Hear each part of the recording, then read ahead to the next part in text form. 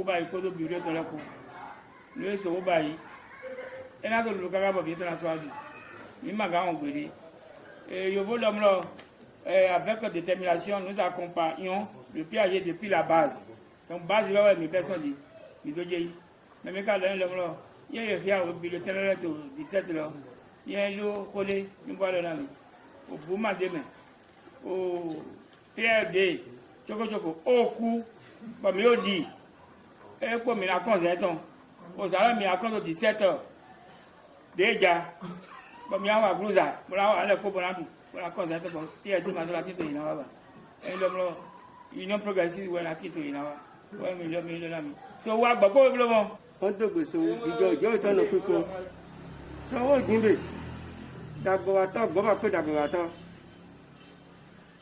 ọjọ́ kọ́bíkọ́ tó jì ń gbòdù gan ẹ̀rọ àdọ̀gbọ́mọ̀ mi dé àzàrẹ́ lọ dẹ́dọ̀ yìí ń dọ́mọ̀ tẹ̀dọ̀ yìí nùkọ́tọ́ ní pọ́pẹ́ nọ́kọ̀rẹ́ sóòvẹ̀ntúrà òkú náà ẹ̀ gbọ́wọ́ tá ṣe yìnbọn lágbàgbà òdì.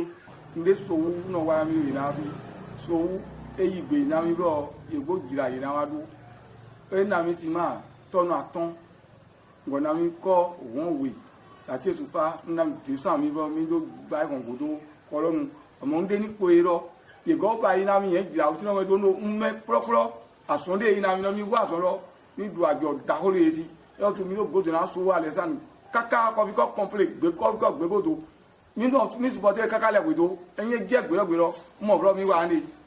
n tẹ ka so wọn bá yín náà mi mẹ́rin tẹ́ ń bá yìí náà wá tẹ́ kọ́ tọ́ yìí lọ ẹ bá yín kó bẹ hùn lé náà mi kó bẹ hùn lọ́wọ́ mi gọ́ dé ìdúró gòtò yìí tán godo tọrọ gọ nọnu mi de kakakakaka mi do lẹlẹ fi lọ mi ka gọ lẹlẹ fi ọnu gbogbo ọyọ fúlọ pọn kọfí kọtọ yìí lọ yé ba yín lé náà yé dùn ma bọ mi tọ dé gbó dé ní polisi di pátápátá mi gbọ ìdó yọ ní ìsì máa yẹra mi yàrá mi náà jìnnà àwọn àbàlẹ yé do àbàlẹ mi tọrọ mi mẹmí yàrá ní ba yín náà mi ngọ kpogọ ba yín dógó náà mi ẹ dọ mi yẹ màá nọ tu ìdó tẹ bu mi tọ mẹ kó mi tọ mi si yẹ pété kó ọ̀rọ̀ ẹ tọ mẹ dé gbangban. ẹ nọ wa dàgbọ dénú wa yìí náà wa ẹ ma ẹ wù kàn mais zan vali hovi coton mi mo vlo de mi do wa fiale mi mo vlo didioro zan vali hovi coton lo didio ka bero e jetu ka e zan pato fi amo me no clique wi no beto ne ba no fi ni go vlo e ba no fo mi ao e ba pete ne ye nde pepe no te ko lo pepe no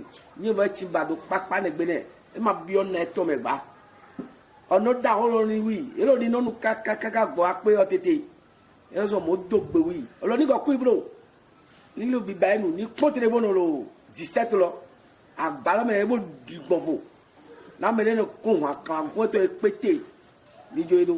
dídọ̀ ń tó sọ̀wọ́ náà ti tó mẹ́lẹ́ ẹ̀zẹ̀ wa mẹ́bí ẹ̀ tó pẹ́kọ̀tòkòtò náà nígbà àdọ́gbó oyún ọ̀rọ̀ lóye kò yín mi tán yín pẹ́ẹ́dẹ́ mátẹ́ yín pẹ́ẹ́dẹ́ tó akọfikọdi da yi pere de yɔrɔ mi nɔ a ti sɔn mɛ de k'a trɔmpɛ dɔrɔn bɔ mi yɔ su wɔ trɔmpɛ dɔrɔn mo ko de ni b'a dɔn ko yɔrɔ kɔrɔ dun de jiko yin tɔn.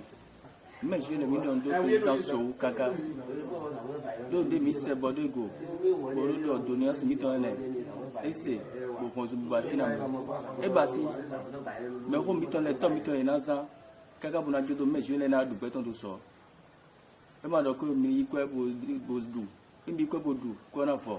Àmọ́ ndé basi do fi yàn mílẹ̀ náà zan òfin mi tọ́ ẹ̀sùn náà bọ́ zan fífi mi tọ́ náà mọ̀ efi fi náà mi tàn mẹ́ ìṣúná náà mi dọ̀nù ètò ndé dọ̀ náà tiẹ̀ nẹ̀ àmọ́ ní màá dọ̀ nkiri tu ìdè pé wúlò parce que yẹn n prend l'engagement aussi rémi en tant que président des jeunes donc 17 mai à un an de mi náà wà zɔn tɔn do dudé jiko mi tɔn ẹ máa bɔ do ní dàmú ní xɔ gbogbo dàmú bí pátápátá ẹsì máa dé mɛ. lɔkulo na kpɔn brazil daga ewa na fami kiri ewa na yẹn ewa na kɔmɛ kiri bi kɔkɔla to to yina tɔmɛ o to yɔ ti ta la hɛ e ma amu gbegble nuwe hɛ gbe do ja tɔ lo okuro agɔlɔ la ko tɔmɛ. Actuellement, le ballon qui sont en train de jouer là, nous devons ce remerciement là au président Sow Alessandre Didjoro. C'est lui qui nous a offert 4 ballons. Nous le remercions au passage. Et nous n'allons pas cesser de le perturber. Nous avons encore besoin de son aide du point de vue des infrastructures. Parce que, comme vous le constatez, le terrain qui est là, ce n'est pas encore un terrain réglementaire par rapport à la jeunesse sportive de Yenawar Dako. Et nous sommes derrière lui. Nous sommes derrière lui avec conviction. Puisque nous savons que quand il promet, il l'honore toujours. Et nous savons qu'il est un homme d'engagement. Il a l'esprit de la jeunesse. Nous sommes avec lui. L'Union progressiste vive à Yenawar Dako. Que le président Sow vive et que la jeunesse vive. Vive le président Sow. Et quand on ne parle pas de l'ami, on parle de budget, on dit temps, on est tout prêt, pour clé pour s'en pour sortir alors qu'on est dit, pour terrain d'ici. Terrain il est tout problème de vous. Il y a une école, on a un bas d'auto, il est maintenant bon. Alors dès qu'on est dans bon ami, au terrain on a un terrain, on a un petit au sort, pour nous pour être en dégoût. Alors quand on est là où tu es méchant, association des sportifs de Yenawar Dako, ils font un groupe de tout plaisant. Puis et bon puis les mic bon. Et maintenant l'autre partie dans votre bio fait vos mises au goût donné. Donc on a déjà les bonnes voir on a mis au fier là et un terrain d'arro nous kundeji. Bon, négro bi nous quoi ton et na deji gbaja des tableaux ton dans l'eau. Mais non. Les deux Yenawar Dako si quand même filer des gars de l'île d'eau, Yenawar Dako si quand même filer Léo. Mais alors, bon azecto meton, papa meton, mon vieux meton, fofo meton, so Alessandro. Donc, mes moraux tometon mes filles, mais na si kuwa ni bon mais na si kuwa ni nous demi bio, et na si kuwa ni Léo. Le moment même encore ton lèvre c'est ya et mais na si kuwa mon débat me délai. Et nous tu me chiller, mais quelqu'un boni mi ascenseur boni mi quoi si de deux. Mais les étoiles meton so Alessandro.